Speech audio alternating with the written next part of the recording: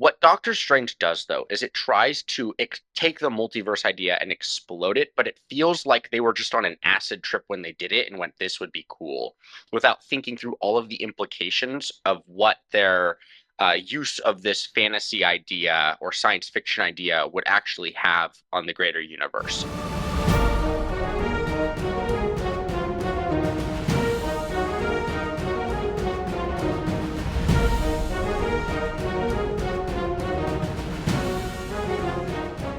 Hello, ladies and gentlemen, and welcome back to another episode of A Lost Plot, the podcast by storytellers for storytellers so that we can tell better stories ourselves. As always, I'm your host, Maverick, and today we have back with us one of our favorite co-hosts, Andrew, to review the second in the Doctor Strange series, Doctor Strange in the Multiverse of Madness, the 2022 American superhero film written by Michael Waldron and directed by Sam Raimi. So, Andrew, thinking about this film, I know you love this film so much. So give us your overall impression of this film and rating for Doctor Strange in the Multiverse of Madness. This is some incredible potential gone horribly wrong. The only multiverse of madness is the madness in my head after watching that movie. Uh, Nice. And those are my thoughts. what that give you? Oh, for rating? Yeah. To be completely honest, a 1.3, but I feel like that's too high. Wow. Wowzers, that's pretty low. I mean, it's not an amazing film, so I'll give you that. There's some merit to that rating. I think that there was a lot of big problems with this film as well, so no surprise here that Andrew and Maverick gave this a bad rating, right? It's very rare that we come in serious conflict with one another on regards to the actual number we come up with, but I got a 2.55, so pretty close to him in regards to how much garbage this absolutely is. I don't think there's a lot going for it. This is one of those few times where it got a couple absolute zeros for me on some pretty big point areas of the review, and I think there's a reason for that. And it's just that there's so much here that needs work, and I think we should just get into it to explain why. It's one of those movies you walk away from and you go, what did I just watch? And I recall that experience walking out of the theater, right? Walking out and seeing, this is just not what I felt like I wanted to even see at all. So, that's what you get.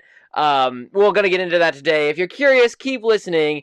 But in the meantime, if you're not familiar with Doctor Strange in the Multiverse of Madness, Andrew, can you give everyone a quick summary of what it's all about? This movie is like a debater's flow gone wrong. It's all over the place. So I'll do my best. Movie starts out, Doctor Strange realizes that his love interest, Christine Palmer from the last movie, is getting married, and her new husband is a massive fan of Doctor Strange. There's some lines, some foreshadowing, if you will, of, oh, if only you could have done things differently, and he tries to apologize to her at the wedding and say things could have gone differently. Then we get the introduction of America Chavez. Now, granted, we did see her earlier with another version of Doctor Strange that was very brief, some fight scene that kind of gets picked up now. She's fighting an interdimensional being. Wong and Strange go and fight it with her. They stop the beast. They talk to America. They find out she can travel through dimensions at will, except she doesn't know how to do it. They go to Wanda to find out, oh, how can we protect her? Turns out Wanda's the one trying to hunt her down to find her long-lost kids. Turns out WandaVision didn't matter at all because she hasn't grown. The movie progresses. Wanda goes full Scarlet Witch on them, breaks the mirror dimension, sends them into another universe. Then you get introduced to another version of Christine Palmer, as well as the Illuminati, or half of them, and then another bunch of discount Illuminati members from Kmart. The Illuminati gets killed by Wanda through dream walking. Wanda finds the Darkhold, and then the origin of the Darkhold, and then she fights Strange, and then Strange fights her, and then he goes to another universe where there's an evil version of himself, or just another evil version of himself. He dream walks to a dead version of himself using a cape made of lots of dead people. That version of him dies. And then he comes back, and America says bye, and then he gets a third eyeball. Yeah. If that was confusing at all to you listening, same. That's the film. So, that's not unlike the experience of watching it. But there's more to it beyond just it has confusing elements to it. But that's a sneak peek of what this film has as content. So we're going to see exactly why that devolves into a bad film moving forward. But let's start off with that opening scene, right? They have that opening scene introducing us to, I believe it's Defender Strange, which is a version of Doctor Strange in another universe, and America Chavez, and they are trying to get the Book of Ashanti, which is this book that gives you basically a one-shot kill dream of your ultimate Deus Ex Machina, fix everything type scenario, one time use type thing, and they're going for it, and this beast ends up killing that version of Doctor Strange from that universe, and America Chavez escapes using her star power and appears in the Doctor Strange that we are familiar with from the first film. She appears in his world, and you have that fight ensue. Of course, you have that little brief before then experience where Doctor Strange is like, hey, woman, I know you just got married, but I love you so much. I wish I could have been the one that married you, but I wasn't. So, what was your thoughts on that opening scene? I did not like the opening. I think there are so many problems with the fight at the beginning, to say the least. This movie is very inconsistent with its use of magic, which I think is a big problem. Like in the first movie, right? I know there were some people who complained about the ending, like, oh, it feels kind of lame for Doctor Strange to just use the time stone to put him in an infinite loop. The thing I appreciate about it, though, is it's just Shots like, fired at me. okay. But the thing that I can appreciate about that, though, is that it is a sorcerer who's using common sense. It's like, what is the easiest way of solving this problem? Mm-hmm. Here's the most powerful thing I can do right now. Boom, problem solved, right? It may not be the most intense or elaborate fight scene, but it's like, that's what makes sense right now. Whereas the fight scenes in this movie, it seemed like there was just a lot of weird, out of the way spells that were cast that made no sense. I.e., Strange and Wong using chains to hold down this beast and then just getting caught away in the wind. And it's like, or Strange using a saw to cut a bus in half. So there's just multiple instances of this. And then, like, Defender Strange holding back this beast and then saying, oh, I can't hold it back anymore. Let me take one hand off and suck the power out of you now. Um, which is also a reoccurring problem. There were a lot of stakes that are even set up early on in the opener. They're like, oh, we can't do this, that this movie proceeds to just do with no consequences, which is a major problem this film has. Is it sets up these lines, if you will, these punishments, these actions that have consequences. You cannot do this. If you do X, Y will happen. If you do Y, Z will happen. If you do this thing, we will all die. And then because someone's a main character, they can just do it and nothing happens. Mm-hmm. Um, and so, or like America just not being able to use her powers is another example of that, which is set up at the beginning where it's like, I can't use my powers, so therefore someone just needs to take them from me. So I think the opener was lackluster, right? It still tries to do what most Marvel movies do, where it reintroduces their characters and their power sets. I think it just did it in a very bland way. And it was just like, here's America Chavez. Here is a one-eyed tentacle monster who is the cousin of the starfish from Suicide Squad. I don't know that the powers was a big thing to me personally. I thought, if anything, that was a thing going for it in the opener because what you had was an expansion of the power of Doctor Strange, if you will, right? He has new, unique ways to do things. You have the two monster arms appear out of nowhere, and I think they picked up a telephone pole and started whacking the one-eyed beast with it, which is cool from a cinematic perspective. And if you're a fan of seeing the different spells that someone can cast, it could be perceived as cool in that way. Is it the most practical weaponry? No, probably not. If you really wanted to expand his weaponry, have him conjure a massive machine gun or something and then shoot the crap out of the eye of this beast. But they wanted to make a cool fight scene and whatever. I didn't have a huge problem with that in the opener. I think the Doctor Strange reliving his past with his ex was an attempt at being a more meaningful opener, right? Going back to the first film, and they never really picked up where they left off in the first film in regards to who he was and who she was and what they could have been. And he's relenting that, or not relenting, he's reminiscing about it and wishing it could be different. First off, I will say it's inappropriate to do that at someone's wedding, but they did it in the film because they decided it needed to be there. But beyond that, I think they're trying to set the tone for the film about regret about the past, right? And this is going to be one of the themes that they're talking about, is how do you deal with what could have been or what is or what was, right? And trying to make sense and reconcile that with your current life. So it's a interesting idea they're trying to go with. But yeah, I would say that the opening falls short in some ways. And once again, whatever villain this is that's facing them, you don't know at this point that it is the why am I forgetting her name all of a sudden? Wanda, you talk Scarlet about her Witch. all the time. Scarlet Witch. Yeah. True. You know, weird on the tip of my tongue. he doesn't know that Scarlet Witch is the main villain. You don't at this point either, right?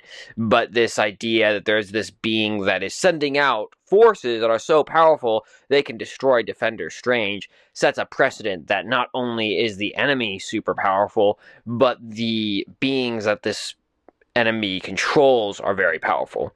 And so that is a significant foreshadowing, going to what Andrew was saying very early on in this film, that they set up good foreshadowing, but they didn't necessarily play it through, or they violate those rules. This is seen from the very start with the creatures that are able to defeat a version of Doctor Strange. And yeah, we'll see later how that develops. But the opening, in my opinion, was fine. I think that it was interesting enough to keep me invested when the movie started to see what happened. Turns out later they violate a lot of what they started with, but it was fine. Now, that being said, the main character of this film is Doctor Strange. We saw him in the first one. Is he interesting? Is he engaging? Is he a compelling protagonist for the film? What are your thoughts, Andrew? I didn't really address the wedding scene because I figured, you covered the big blemish, if you will, his going and apologizing to Christine. There's some pretty big problems, I think, this presents both for the story as well as for Strange's character. One, it feels very out of place. Like, of all places, you had to do it at a wedding. But two, presumably they've had a decent amount of time between the last movie and this one. Why is he waiting until her wedding to apologize if his character has gone through this arc? Like, is he just suddenly now regretting things? It's also out of character for him to even it kind of comes across as almost like groveling. Like, it's just pathetic. And it's not something that Strange would do. And then even it's like, okay, maybe Strange has just become more pathetic in this movie. But no, because he continues on, and it's like the spirit of RDJ has entered his body, where he now continues to make quips throughout the movie, and he's very much arrogant and prideful. And it's like there's just it. There are instances in this movie, they do it more with other characters than with Strange, but I think this was an instance where they did it with him, where they put dialogue, or they push dialogue onto his character that doesn't make sense for the sake of their themes or their plot that they're trying to drive here. Sure. I mean, just as a background for people who are listening, right? The themes tying into Doctor Strange specifically is seen from the very start, where he regrets that he wasn't able to have a life with Christine Palmer. And that is a big deal to him, as he realizes he's this super powerful being who's all alone in the universe. And he doesn't necessarily regret being the sorcerer. He's not even the sorcerer supreme, actually. He's just the guardian of the New York entryway to the Ancient One's realm, or whatever you call it, the Yeah, Mystic realm. But the Comertage. Kamartaj, well, isn't Kamartaj specifically the one location in Asia? Or is that actually a realm that they enter from one of those three gates? Well, no, because there's London, New York, and is it? Don't think it's Tokyo. It's another one. But remember, it's the one at the end of the first movie where they fight Dormammu and Caecilius. So Comertage Hong is a Kong? separate. Oh, Yeah, Hong Kong. oh. So yeah, So it's Comertage is just a a separate training place. ground. Yeah, it's like their sanctum, the Okay. innermost sanctum. But Comertage does give you access to those three different locations. Okay. Not that that's important. That was just a detail I was not aware of. Because I'm not a Marvel nerd. That's Andrew's job. That's why we have him on the podcast today. Okay. I'm just the host. No, but the in regards to Doctor Strange's character specifically, they're trying to go for this internal struggle of specifically his love life and what could have been in regards to his love life. And that's really what they're trying to harp on in this film. And I'm not going to say that they don't make it an emphasis, right? They really do try to ensure that this is a pivotal point for Doctor Strange specifically in the film. And it's not like the themes don't exist at all. It's very blatant that this is something he's dealing with. So that's what you start with. I didn't think that that aspect of it was bad. I think the ego aspect of him, kind of going off what Andrew said, needed some work. But besides that, that's decent. I think his motive is could definitely use some work. Other than just being the good guy, the classic "I do the right thing because it's the right thing" type scenario. There's not a whole lot of reason for him to specifically to go out of his way to save this random girl, Chavez, at the sake of his entire group. But that's most of what I have to say on that. I don't know that there's a ton going for that. There's more that I think are issues later on specifically. But I don't know if you have any more thoughts on Doctor Strange, Andrew. I don't really think he gets any development in this movie. His character lacks like any sense of a change or a flaw. They try to say your arrogance is a flaw, but then there's no payoff of this. Specifically in regards to like using the Darkhold and being evil, which Whoa, I'm whoa. You're going so far ahead. I agree, but geez. No, go ahead. Never mind. it's so Just hard not to talk about it. no, it's fair. And honestly, like we might as well get through the full arc of it, but take the audience from where we are now as a Okay, starter so to why that's a problem because of how it fails to develop.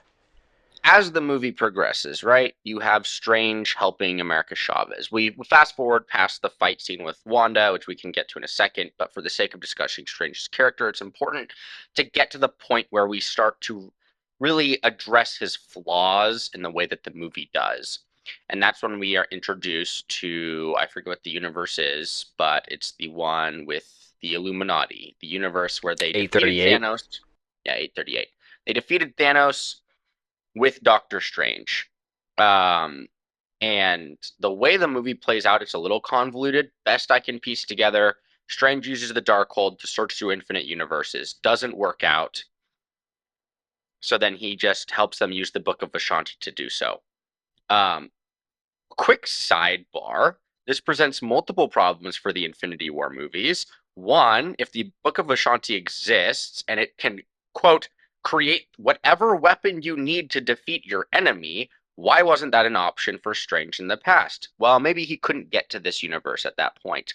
Okay, sure. Second question, why did Strange need the Darkhold to visit other universes? Doctor Strange did that in Infinity War with just the Time Stone. Presumably, Strange has the Time Stone in this universe as well. There are so many weird things this movie does where it's just like, we have the Book of Vishanti, we have the Darkhold. Darkhold corrupts you. Book of Vishanti is just the Deus Ex Machina for any problem you may ever have. Just to provide a quick like counter, because I generally agree with you, but this film gives the impression that our Doctor Strange, right, the one from our universe, doesn't think the Book of Vishanti is real, and so it could be that he doesn't consider it even an option in the possibilities to stop Thanos. Now this is going on a bit of a tangent, but then you can make the argument, right, if he's looking into the future and sees all the possible timelines and sees that only one is possible, which is what he says in the film, they had to choose that route. Why wasn't the Book of Vishanti considered an option there? But anyways. So the reason I bring this up, right, isn't to go back and I forth. countered my own arguments. Yeah. I think you can go back and forth with these all day long, and I'm sure many people do. The point that I'm trying to make is that the Infinity War and Endgame movies barely touched the surface of like time travel and the idea of the multiverse in such a way that it was like they didn't try to explain away the science in a way that like some science fiction movies do, and they do this in the conversation with Ant-Man in the middle of Endgame. What Doctor Strange does, though, is it tries to take the multiverse idea and explode it, but it feels like they were just on an acid trip when they did it and went, this would be cool, without thinking through all of the implications of what their use of this fantasy idea or science fiction idea would actually have on the greater universe. So when it comes to the multiverse and using, say, the Book of Ashanti or the Darkhold and how it corrupts people, it's like we just need to have these like evil book, super powerful good book. That said, when we get to the Illuminati, we find out that Karl Mordo and the rest of the Illuminati have decided that Strange is the greatest threat to the multiverse that anyone has ever seen, so much so that he needs to die pretty much immediately. And their Strange became corrupted by the Darkhold, even though he was the greatest Strange to ever live, basically. Even he was corruptible by this book. And they basically are about to sentence him to death.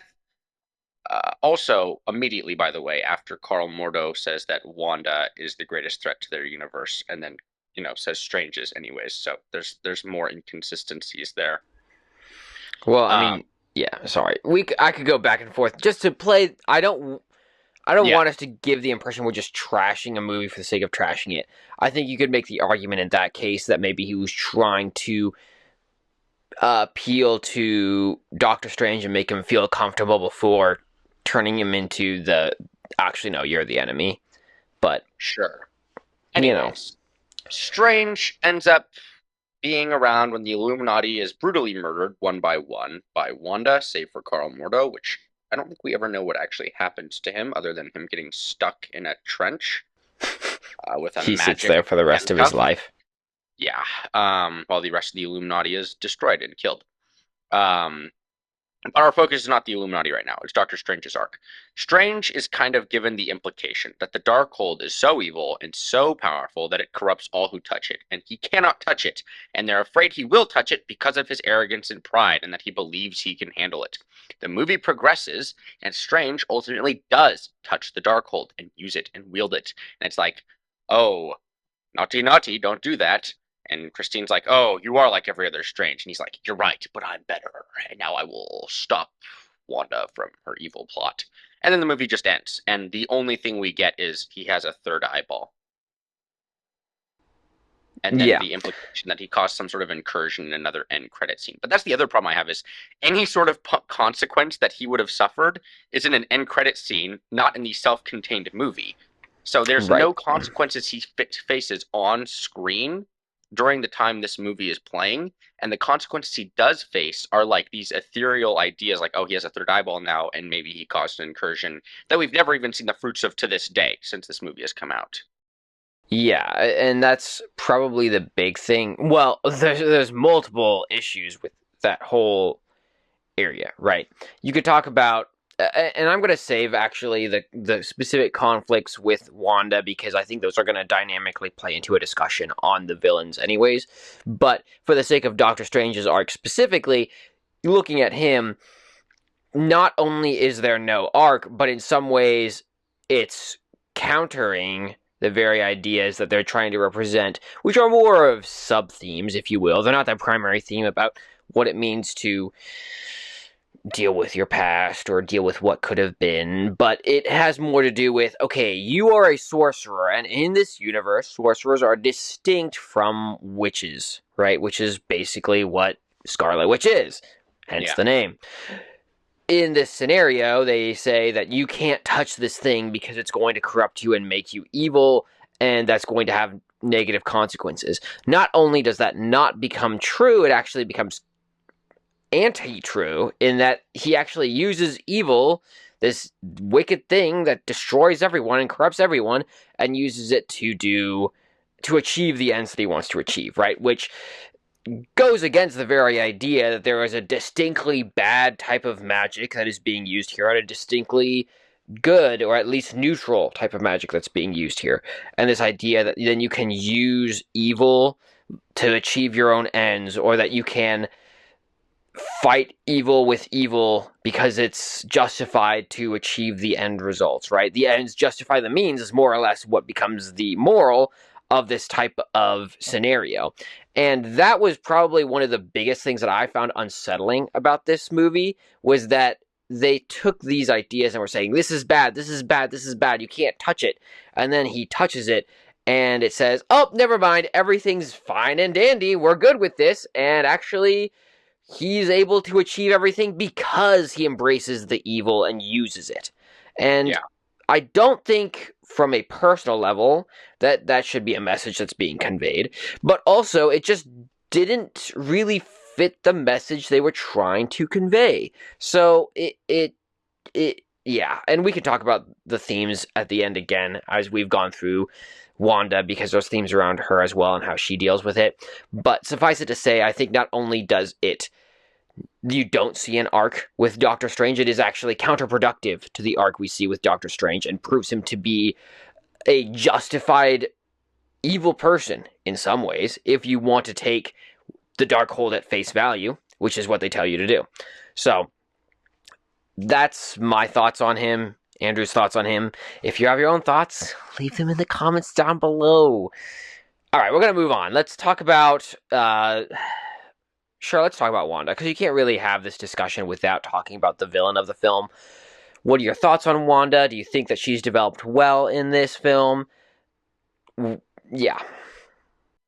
So there are two glaring problems I think Wanda has in this film. One is the fact that we are just like shown these two little kids out of absolutely nowhere. Which, if you haven't seen WandaVision, it's like, wow, kids! Why? Who's the dad? What's going on here? Because And they the last sing time you great see her in songs like "We Like Ice Cream," like every child should.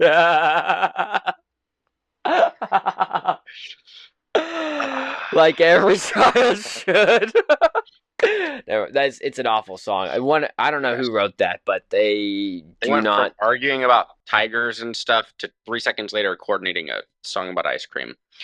Anyways, and the it's last awful. time we see Wanda in the cinematic universe is the end of Endgame, and she's grieving the loss of Vision. But now all of a sudden she's happy, has two kids, and you're just kind of like, if you haven't seen WandaVision, you have no idea what's going on. And I think this is greatly contrasted with the Thunderbolts movie, where they take projects like Falcon Winter Soldier, the Black Widow movie, and even though those exist, they understand that not everyone's probably going to have seen, like, say, the entire TV show of Falcon Winter Soldier, and they just give you the like necessary blips of information either through dialogue or through the character interactions, which is what we would have needed.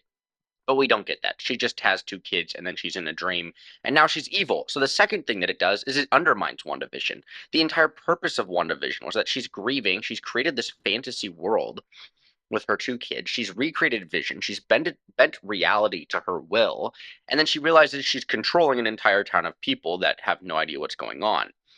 And so she undoes all of that. And it's like this moment of her where, like, an emotional moment where she undoes everything she created and brings everything back to the way that it was and kind of says goodbye to her kids.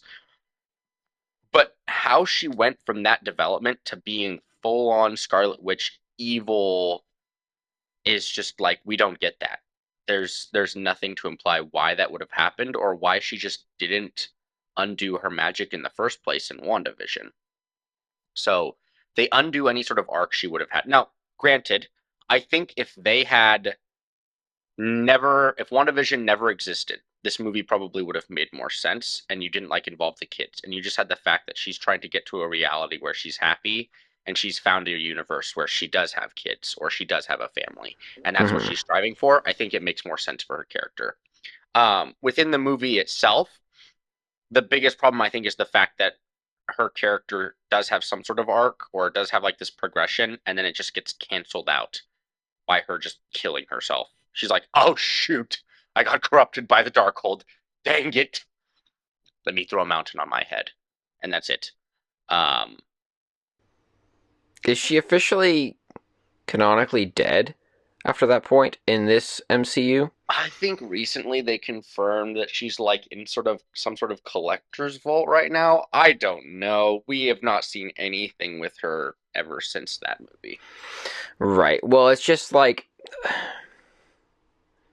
I didn't want to take away where you were going with that, but Well, it also just doesn't feel like she's dead to be on top of all of that. right. Well, she's just so powerful as a character that to see that be the thing that ends her, while it might be her giving in to this and saying, "All right, goodbye."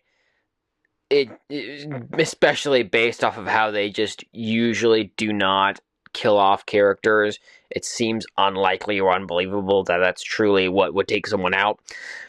But that's more of a Disney precedent than necessarily what could or couldn't happen in this universe, right? Yeah. So I don't want to read too much into that specifically. I mean, I think. Oh, go ahead. No, you go. Going back to like the idea of the Darkhold and how it corrupts someone, I think the way that it's used in relation to Wanda is also problematic because they give the impression that the Darkhold kind of takes over. It's this extremely powerful magical entity that almost has a will of its own, like the Ring of Power is kind of Exactly. what they're almost going for, and Mm-hmm. it will corrupt you no matter who you are. So much to the point that you're no longer yourself. It's like you're not in control anymore, and that's why they had to kill the Doctor Strange from the 838 universe. But Wanda, for like over half the movies, like, I'm going to kill you, but I'm going to hold back. So it's like she's still in control, and it's almost like they're telling us the Darkhold's controlling her, the Darkhold's controlling her. But everything we're seeing is showing us that Wanda is still very much in control, and this is just a Wanda who's grieving and has decided this is her course of action, and the Darkhold has no influence over her whatsoever. So, Sure. And some of that is reading into how we see her in the Wanda Vision show, right? And that's not to say you should need to watch the show to watch this movie, but the contrast is that there's no contrast, right? They're the same person when she doesn't have the Darkhold in that show versus when she does have the Darkhold in this movie. And well, so the that's not question is necessarily. Oh, go ahead. the question is like, if this truly corrupts her, how do we know that she's corrupted? We already know this character. She should be, in some ways, distinct and unique in regards to her villain arc to being a worse individual. And you don't necessarily see that because you see the same motives, the same types of actions underneath a new power guise from this character. I think my point was that we are told the Darkhold is influencing her, and yet throughout the whole movie, she's still very much exerting this like she's still very much like Wanda, if you will. Like the best thing you could compare it to in movies would be Wanda in Age of Ultron. She's not necessarily really holding back. She's just being a more evil version of herself. Whereas like take the Ring of Power, because this is a much better example of using a magical artifact that corrupts someone. It takes hold of you. You don't necessarily have control over your actions. And I think Boromir's response, like when he's kind of like out of range of this ring, is kind of how a person should be behaving. Granted, the Darkhold allegedly will corrupt you forever, but the idea is like when the ring leaves, he's appalled by what he's doing. It's not himself. It's not what he wants to be. It's not what he wants to be doing. It's not what he wants to be saying. And so the Darkhold is more of just like you could go on forever about how poorly written this magical object is because it's like they want us to believe that it's evil and up the stakes, but there's never any indication that we get as the audience through like the actual actions of characters that it is corrupting them or will corrupt them or has corrupted someone Mm-hmm. other than getting Right. black fingers. Right. And I don't exactly know how the Book of Ashanti, not the Book of Ashanti, the Darkhold works, but specifically in this film, the Book of the Darkhold, which is a book as well, which is why I keep mixing them up, but the Darkhold gets destroyed partway through this film, right? but it has little to no impact on how the characters interact. It's not like, when the Ring of Power gets destroyed, all of a sudden Mount Doom blows up, all of Mordor recedes into darkness, and everyone is now free from the evil that was tyrannizing the world, right? Instead, what you see is everyone continues as they were, just now they have no one else can be corrupted, maybe, except now they can go to another multiverse, which is what Doctor Strange did to get another one. So the Darkhold more is just like a boop, I touched it, now I have these new powers, and that's what you get. So, yeah, it seemed more of a tool to achieve an end in the story. And this, like, all these things, right, we're going over aren't even talking about how convoluted the plotline is in and of itself, but Yeah. just these different elements have these aspects to it that lead to questions about why is this the way it is? How does it fundamentally work? And what are they trying to even achieve by having this tool in the story to begin with? And the Darkhold is just an example of that. Yeah. I mean, there. Yeah, you could go on for so long about the problems here. Like, does it actually corrupt you by the magic, or is it the book itself? And like, if the spells corrupt you, then how come Wanda doesn't remember of any of them and has to go to some ancient shrine? And then on top Mm-hmm. of all of this, you have all of this weird magic mechanical, the mechanics of the world trying to be explained in a convoluted way in a convoluted plot, and it just makes for everything being messy spaghetti the entire time. Mm-hmm. Yeah. Now, in regards to Wanda's arc specifically, right? We're looking at a character who she's doing this because she wants to get her kids back, which let's just take it at face value, right? Irregardless of how WandaVision, the show, goes around, let's just assume for a minute that her character arc, the established fact about wanting to bring her kids back, is okay, right? What are Mm-hmm. your thoughts on the arc as it progresses within the film? It's not very convincing. I mean, it's like they this is another thing, right? They build up the arcs that they do build up, the character development they do try to draw out as opposed to Strange not having any. And then when there is a transition, it's immediate and they're not giving it the right type of um push behind it for the switch to Mm-hmm. occur. They do it Mm-hmm. with America Chavez and they do it with Wanda too at the end, where it's like we've been told in this movie there are infinite universes that exist, but it's just one instance of kids from one universe freaking out that causes her to go, nope, sorry, I'm a terrible mother. I need to kill myself. It's like she was well aware of what she was doing in the past, and she even made note of it. Like, I don't care if all these people die. I'm going to get my kids. Just let me kill America Chavez. She knows she's ending America Chavez's life. She's made it very clear that she's cognizant of her actions. And yet all it takes is America opening a little star portal and saying, "Look, children, be afraid." Mm-hmm. Yeah. It's definitely one of the more questionable parts. And that whole scene, right? Where they're trying to complete America Chavez's arc, they're trying to complete Wanda's arc, they're trying to complete, to some degree, Doctor Strange's arc in that as well. All of them are coming to this conclusion all at once that, okay, you have to make peace with who you were and who you are and who you could have been and be okay that you're not that person and all of that stuff, right? That's what they're going for. It feels like so much all at once, and this whole idea that, oh, they saw their mother and are, oh my goodness, this is not okay. Clearly there's no sanctity of life to Wanda at this point, which is why she says, I'm the Scarlet Witch and I'm here to get what I want no matter what, and I'm willing to kill anyone who gets in my way to do it, even the people she's fought alongside, right? You have that at the very beginning confrontation between her and Doctor Strange, where he goes back down and she says, no, you get out of my way because I'm going to do this no matter what. So she's willing to kill people she's close to for the sake of achieving these ends. And looking at this one example and saying, oh my goodness, now they're scared, maybe I shouldn't do this. Maybe I don't have the maternal instinct, so maybe they're trying to appeal to that and say, okay, maybe a mother would just say, never mind, I'm done with myself. But it seems like, based off of the character we've seen, that at worst she would go, oh, these kids are scared?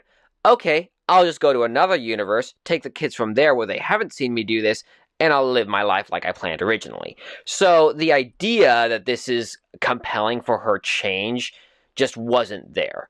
And this goes back to building the stakes early on to have you invested and believe this is a reasonable change for her as a character. Yeah. Cool. Well, I don't know if you have any more to say on her specifically, but I think that there is, regardless, based off of the few points we've pointed out here, a lot of problems with how Wanda is carried out in this film. If you're good with that, we're going to continue on with our favorite character in this film, Miss Chavez. Dang it, I wanted to say it first. Chavez. Miss Chavez. Dora, Dora, Dora, the Explorer. We will explore the multiverse today. Oh my gosh. What are your thoughts, Andrew? I hate this character on so many levels. I think she'd make a great live action Dora, though, unironically. If we ever needed a live action Dora, because we're just making live action movies of everything these days. Didn't they make a live action Dora? Maybe they did. I don't remember. It was never good enough or interesting enough for me to watch it. So, um, anyways, I think there's a lot of different issues. One, again, is the idea that they're building something up. Her main problem in this movie is she's looking for her family and she can't use her powers. And the entire movie, different people are trying to steal her powers. In the instance of the different Doctor Stranges, they're trying to steal her powers, or even Wong, so that Wanda can't get a hold of them. Mm-hmm. And all it takes is a zombified version of Doctor Strange going, "No, America, we believe in you." And she goes, "Oh, shoot, I forgot. Now I can open a star portal. Why didn't you say that earlier?" Mm-hmm.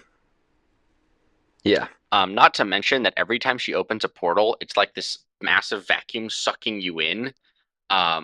And it opens behind her, but then all of a sudden she can just, punch a hole into matter in space and make a normal portal. It doesn't suck you in. Yeah. Well, I don't know if you, back in the day, watched the film Rise of the Guardians, which is all about Jack Frost, who helps Oh, these yep. kids fight this shadow being who's I don't remember his name. But anyways, It's actually crazy you bring this up because I literally just showed my siblings that movie last night. that's funny. But So, that anyways. film, ironically, was one of the first films I recall distinctly writing down my thoughts on and why there were problems with it. But it had that kind of feel. That film starts off with these characters going off to fight this enemy, and at the end of the day, they go, "We can't stop him. We're going to give it to you, the people, and have you solve the problem for us." And this felt like that type of scenario where we go, the main character can't actually do anything to achieve the goal they're trying to achieve. We're going to have this side character who's pretty much helpless the entire film do it for themselves, right? And it's very much a "Tut tut, little one, you've got this. Go ahead, do it. You can do it." And she does it, and she saves the day. And that really, I just think, for one, it defeats the entire premise of having the protagonist fight and achieve a goal, because I think you're trying to get both a symbolic achievement, which is where the themes come in when it comes to a good film, but also a physical achievement of actually solving the problem, right? And it's very hard to do that well, so I get there's a hurdle there. But then to just pass it off to a side person and say, "Punt, here you go, you've got this," I don't think is a viable solution to a meaningful conclusion to a film. And that is what you get in this film, is you get a side character who's pretty much helpless, and you give him a pep talk, and then the solution is there. So I don't know that in and of itself is convincing. Beyond that, fundamentally, and this is where I disagree with you, I don't think she would make a good Dora, because frankly, I don't think she's a great actor. Every time she's on the screen saying lines, she is so monotone, and it seems like she's rehearsing a script rather than actually being this character. I didn't think that her acting was convincing, and that in and of itself made it very hard for me as an audience to buy into her character, because she would be saying these lines to Doctor Strange, and I'm just sitting there saying, a kid wouldn't say that. A kid wouldn't be having this meaningful conversation with Doctor Strange about his love life because they don't really know anything about that. She's like 14 years old. What does she know? She doesn't know anything. So I thought it was naive and rehearsed in a lot of ways. And that meant that every time she showed up on screen, I was like, I don't buy it. So from the start, I just didn't think her character was believable, and it played out through the rest of the film. So by the time she completed the arc and went, okay, I believe in myself, shabam, watch this star action, I'm going, mid, don't buy it. So I think there's a lot of problems with her, but fundamentally, I think it boils down to if you have a bad actor playing a character, it doesn't matter what lines you give them, it doesn't matter what arc they go through. You're just not going to find it convincing, and at the end of the day, you're going to walk away saying they weren't a good character and they didn't add meaningfully to the film. And I really don't think that she added meaningfully to the film in any way other than being a tool and a catalyst for pushing the story forward. Well, they just needed a way to dimension hop. Pretty much. It's I the mean, multiverse. You have to yeah, have someone who can force the multiverse. yeah. And the other thing is like her as well as the Book of Ashanti were things that were built up that never had any payoff. Like the Book of Ashanti, literally completely useless. Turns out the Darkhold was the answer all along. But actually, the Darkhold wasn't the answer. It was America Chavez. But wait, it wasn't even that. It was Wanda's kids the whole time. We like ice cream. Yeah, just sing that song changed the whole trajectory of the movie. Yes. So yeah, I was being a little ironic with I don't want a live action Dora. I don't care who's playing her. Um, but it's like this movie was just their way of going, ooh, multiverse, lots of different versions of people. And the only real good thing we got was John Krasinski John Krasinski and P. Stewie. That's crazy. So we got Jim Halpert and Patrick Stewart. Um, I think there was someone else that they also, even with the Illuminati scene, like as it's like we got a horrible Christmas gift because we got John Krasinski as Mr. Fantastic, but then we get a black version of Captain Marvel, Captain Carter in live action, and Carl Mordo as the Sorcerer Supreme.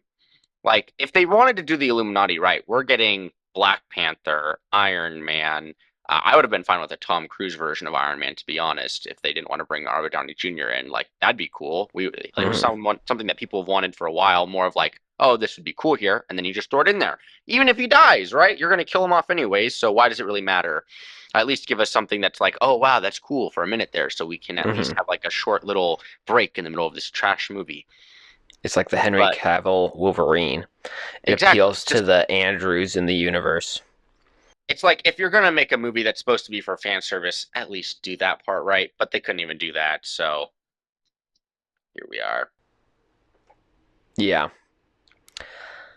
Yeah. So, what are your thoughts on the other side characters? You have thoughts on Wong in this one? He's now the Sorcerer Supreme, the greatest sorcerer in the universe, right? He's just falls into all of the same holes as the other characters, minus the fact that he's a main character. He's inconsistent. They just give him points of dialogue to add conflict that is unnecessary, like, oh, I can't portal up there, but I can use magic. I can summon shields and swords up in this place. I just can't portal. But then Wanda can just fly up there anyways. So it's like, what was the point of that dialogue to begin with?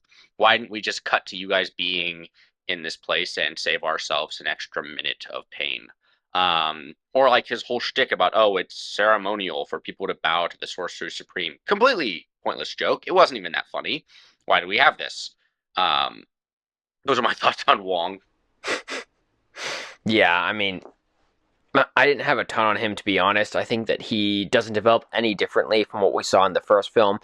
And just as a side, I thought this, for the most part, with most of the characters, including America Chavez, Wong, Christine Palmer, etc., if anything, they're tools for the story to progress the story, and I didn't feel like they contributed anything to the actual plot itself in a meaningful way that we could take away from as audience.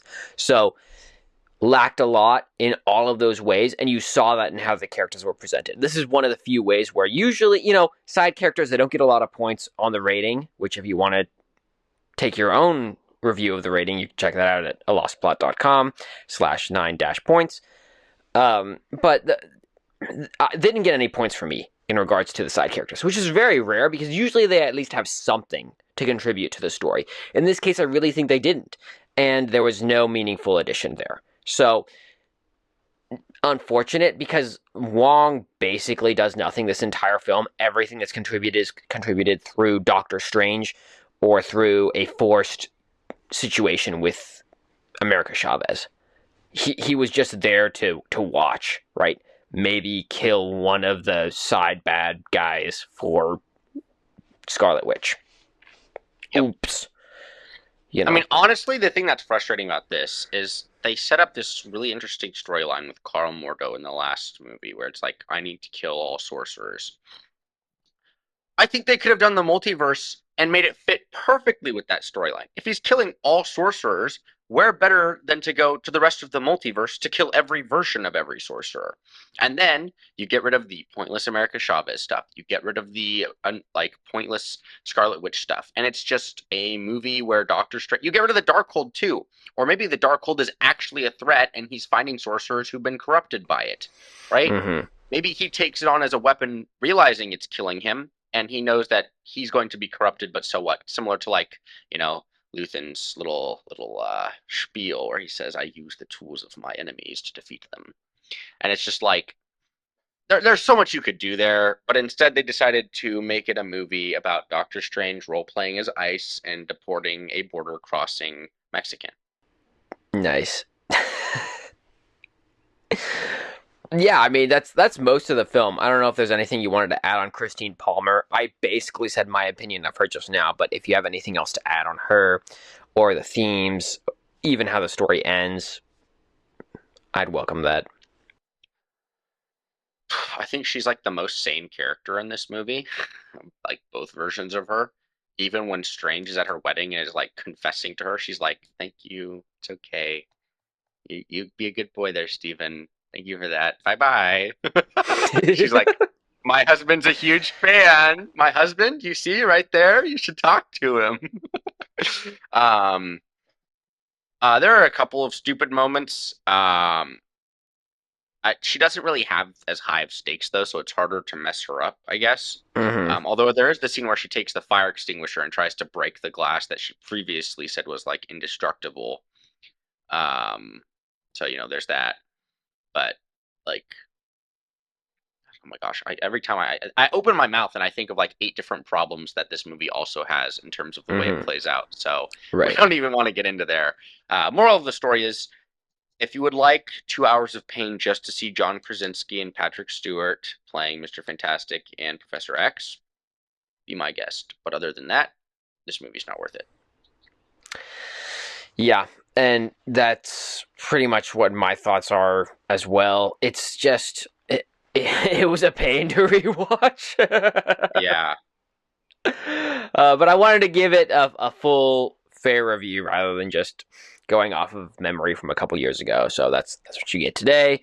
You're welcome. I mean, I don't know. Would you change your rating after having this discussion, going through your thoughts? I'd probably bring it down to a 1. I mean, I honestly don't know what this movie has going for it, other than the things that I listed.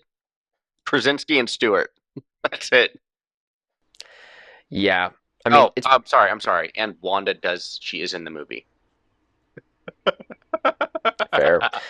Yeah, I mean, the whole thing, I didn't think it started off terribly, right? Which is what I started off with at the beginning, right? It wasn't amazing, wasn't terrible, but the important point about starting a film well is you have to fulfill those expectations you have now set up, and they just don't do that, which violates the beginning you've created.